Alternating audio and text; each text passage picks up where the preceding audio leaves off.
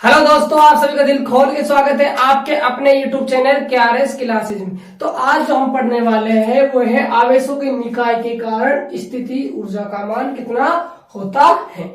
इसमें हम सबसे पहले दो आवेशों के निकाय के कारण स्थिति ऊर्जा पढ़ेंगे।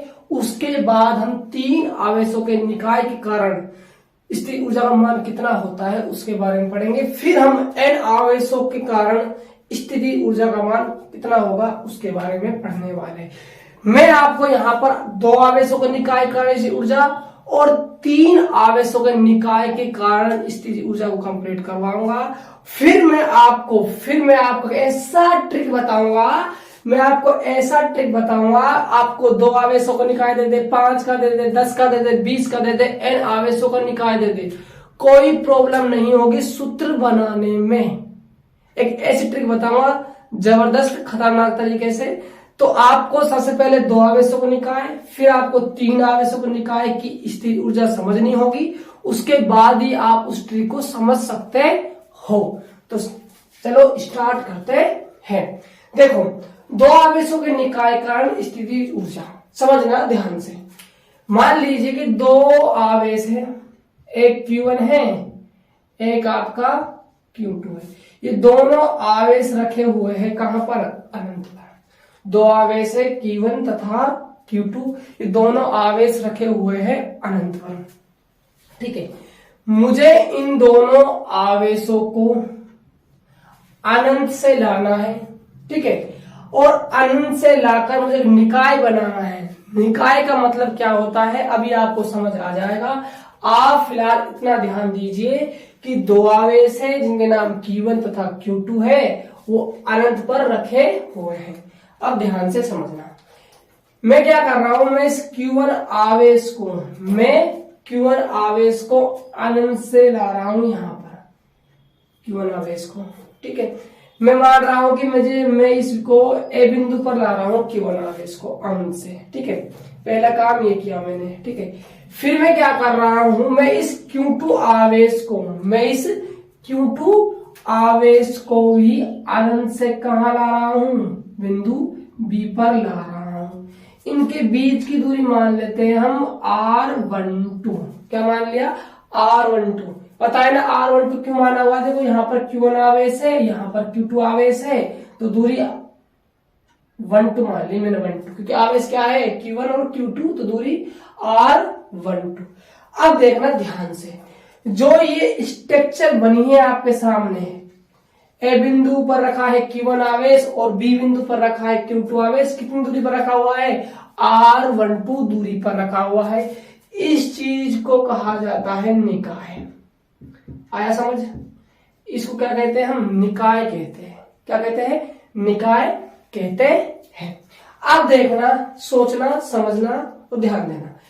ये आपके निकाय बन गया है। निकाय कैसे बना? जब आप अनंत से Q1 आवेश को और Q2 आवेश को लाए हो। ठीक है, जब आप अनंत से Q1 आवेश को और जब Q2 आवेश को लाओगे तो आपको क्या करना होगा? इनको लाने में कार्य करना होगा। क्या करना होगा? कार्य करना होगा। यानी कि इस निकाय को बनाने के लिए आपको कुछ ना कुछ कार्य करना होगा। और आप सभी को पता है जो कार्य होता है हमारा फिजिक्स के अंदर किसमें चेंज हो जाता है, किसमें परिवर्तित हो जाता है? स्थितिज ऊर्जा में परिवर्तित हो जाता है। किसमें चेंज हो जाता है? स्थिति ऊर्जा में परिवर्तित हो जाता है। तो अब हमको जो मेहनत करनी है वो करनी किसके लिए? कार्य के लिए। मैं कार्य निकालूंगा, जैसे कार्य निकल आएगा तो मैं कह दूंगा कि ये किया गया कार्य क्या हो जाएगा? ऊर्जा के रूप में संचित हो जाएगा। बात क्लियर है? तो जितनी भी हमें मेहनत करनी है वो निकालना है क्या? कार्य। ठीक है, निकाय ऐसे बना है। आगे चलते हैं, हम निकालते हैं हम कार्य। इसको रब कर देते हैं। ये मैंने आपको थीम समझाई कि हम इस टॉपिक में करने वाले क्या है। भाई सबसे पहले आपको ये तो पता होना चाहिए कि हम करने वाले क्या है इस हेडिंग के अंदर। सही बात है? अब समझना ध्यान से। देखो, सबसे पहले आप क्या करोगे? पॉइंट नंबर पहला, ठीक है, पॉइंट नंबर 4 प्रथम चरण कह दो, आप इस लिख दो प्रथम चरण। ठीक है। सबसे पहले आप क्या करोगे, जो अनंत पे जो Q1 आवेश रखा हुआ है उसको ही तो लाओगे। सर्वप्रथम हम Q1 आवेश को लाते, लिखो यहाँ पर सर्वप्रथम हम अनंत से Q1 आवेश को लेकर, मान लेते हैं कि हम इसको लेकर ए बिंदु पर आ रहे हैं ना। सर्वप्रथम हम अनंत से Q1 आवेश को लेकर ए बिंदु पर आते हैं। सर्वप्रथम हम अनंत से Q1 आवेश को लेकर ए बिंदु पर आते हैं। मैं अपनी लैंग्वेज में लिखवा रहा हूं, किताब की लैंग्वेज में नहीं लिखवा रहा है ना। अब देखो ध्यान से, दो आवेश थे आपके पास Q1 और Q2। हेडिंग का नाम क्या है हमारे पास, दो आवेशों के निकायकरण पढ़ रहे हैं हम, स्थितिज ऊर्जा। तो सबसे पहले आप क्या करोगे, आप जो Q1 आवेश है आप उसको अनंत से कहां लाओगे। मान लिया कि मैंने ए बिंदु पर लाया हूं, आपका मन करे तो आप और पॉइंट भी मान सकते हो। तो अब क्या हुआ, जो आपका Q1 आवेश है कहां पर आ गया है, ए बिंदु पर आ गया है। ठीक है, अब सुनना बात मेरी ध्यान से। आपको निकालना है क्या, कार्य। Q1 आवेश को लाने में आपने कितना कार्य किया, Q2 आवेश को लाने में आपने कितना कार्य किया। तो आपको कार्य निकालना है। क्या निकालना है, कार्य। तो आप सभी को पता होना चाहिए तो कार्य का फॉर्मूला क्या बन जाएगा, विभव का सूत्र याद है आप सभी को। V बराबर होता है W में Q0। ये होता है V बराबर W में Q0। आपको कार्य निकालना है तो W बराबर V गुणा में Q0 आपके पास फॉर्मूला आ जाएगा। यानी कि जिस बिंदु पर आप आवेश को लाए हो उसका विभव, उस बिंदु पर उस आवेश का विभव और उस आवेश का गुणनफल क्या होता है, कार्य होता है।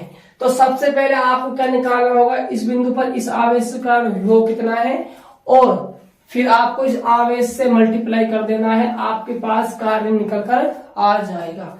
अब देखो मैं लिखता हूं विभव कार्य, अतः कार्य चाहिए ना मैं, तो अतः कार्य, तो कार्य क्या हो जाएगा, V बराबर होता है W में Q1 आवेश है तो यहाँ Q1 आवेश कह दूं।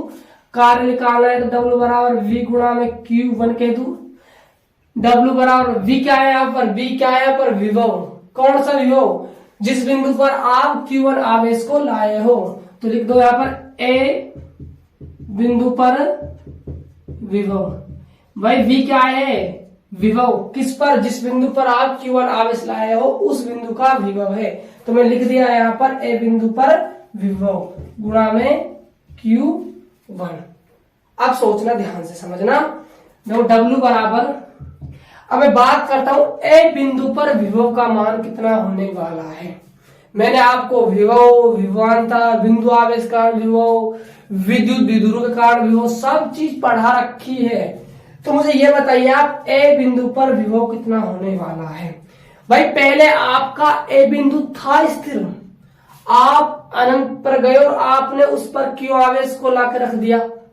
ये काम क्या है आपने, तो जो ए बिंदु आपका है वहां पर तो विभव है ही नहीं। विभव का मान क्या है, 0। क्या है, अंडा। अंडा क्यों है, क्योंकि वहां पर कोई आवेश ही नहीं है जो बिंदु ए पर विभव उत्पन्न कर दे। हमने पढ़ा है कि बिंदु आवेश के कारण विद्युत विभव का मान KQ/R होता है, लेकिन बिंदु तो वहां ए ही है, वहां तो बिंदु आवेश तो है ही नहीं जो वहां पर विभव उत्पन्न करेगा। इसीलिए यहाँ पर विभव का मान क्या है, 0 है। क्या है, 0 है। तो 0 गुणा में Q1, तो W आ जाएगा यहाँ पर 0। ये पहले आवेश के कारण आपने कार्य निकाला है तो मैं इसको W1 कह दूं, W1 कह दूं, W1 कह दूं, W1 कह दूं। यहां तक बताओ आपको समझ आया या नहीं आया। कुछ नहीं किया, पहले चरण में आपने क्या, सबसे पहले आप अनंत से Q1 आवेश को लेकर ए बिंदु पर लाते हो ना, बात वही है। Q1 आवेश को आपने ए बिंदु पर रख दिया। अब आपको देखना है कि हमने इसको लाने में कितना कार्य किया। तो आप कहां जाओगे कार्य निकालने के लिए, विभव की परिभाषा।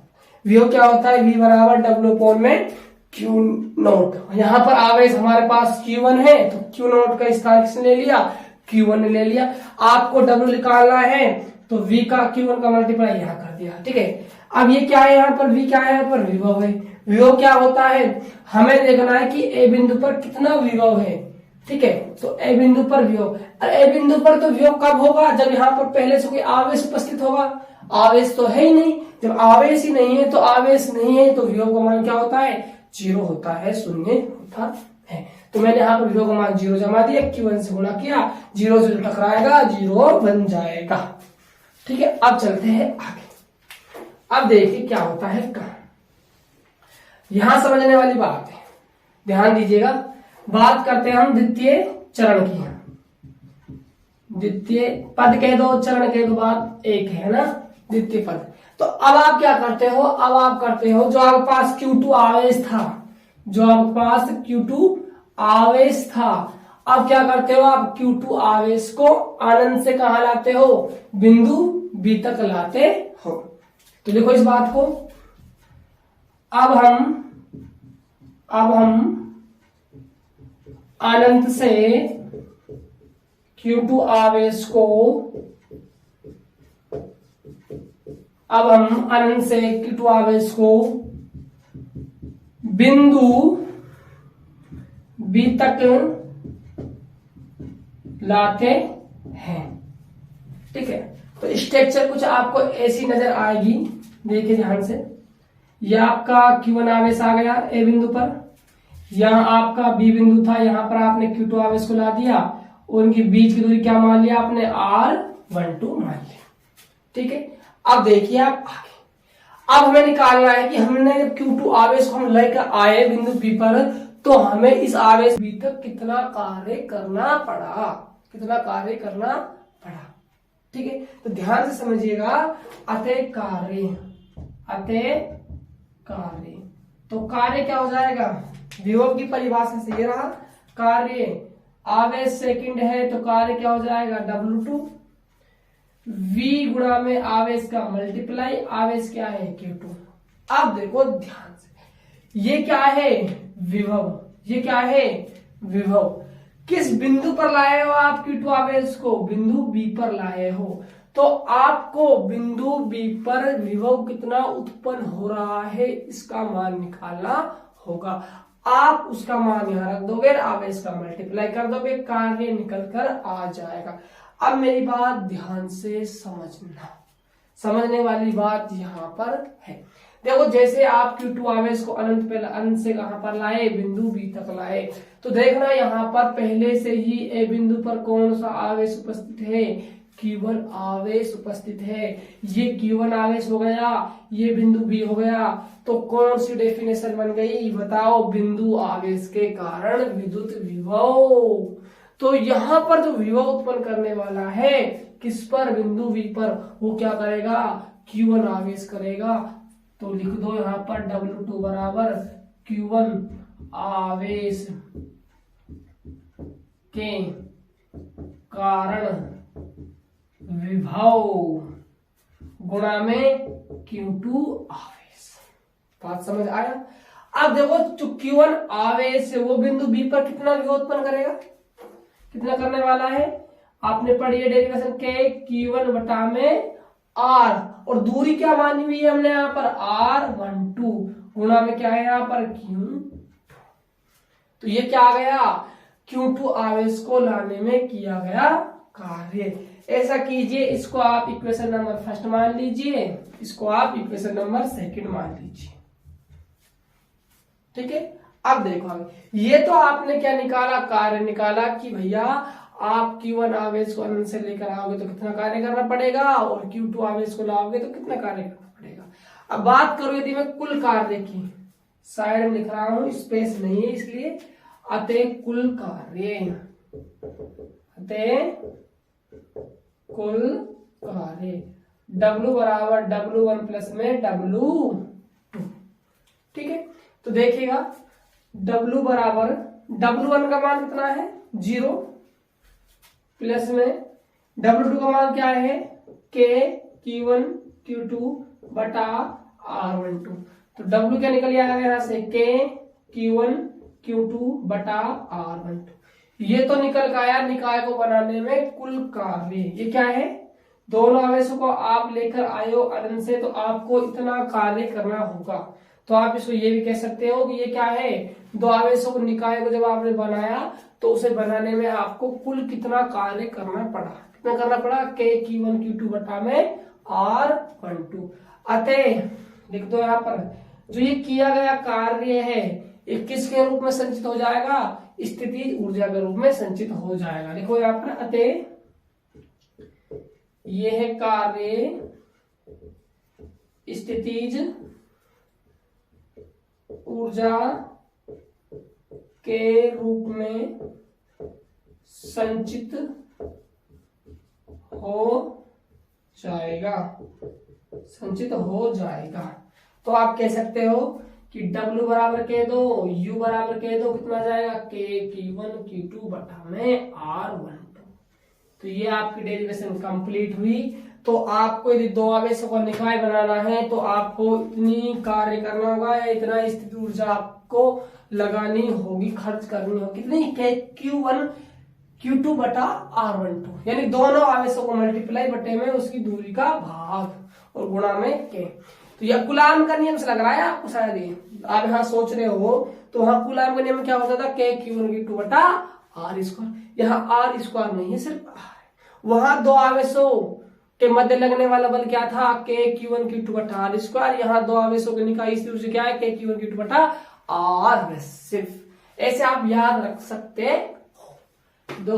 तो ठीक है, तो ये आपकी जो हेडिंग है आज कंप्लीट हुई, दो आवेशों को निकाय कारण स्थिति ऊर्जा इतनी होती है। अगली जो हेडिंग पढ़ेंगे हम आगे, अगर नेक्स्ट लेक्चर में, वो होगी हमारी तीन आवेशों के निकाय कारण स्थिति ऊर्जा। उसी हेडिंग के अंदर मैं आपको एक सब चीज क्लियर कर दूंगा कि आपको कितने भी आवेश को निकाय दे दे तो आप फॉर्मूला अपने आप से कैसे बना सकते हो। इतनी खतरनाक ट्रिक बताऊंगा कि आप जिंदगी में भी नहीं भूलोगे।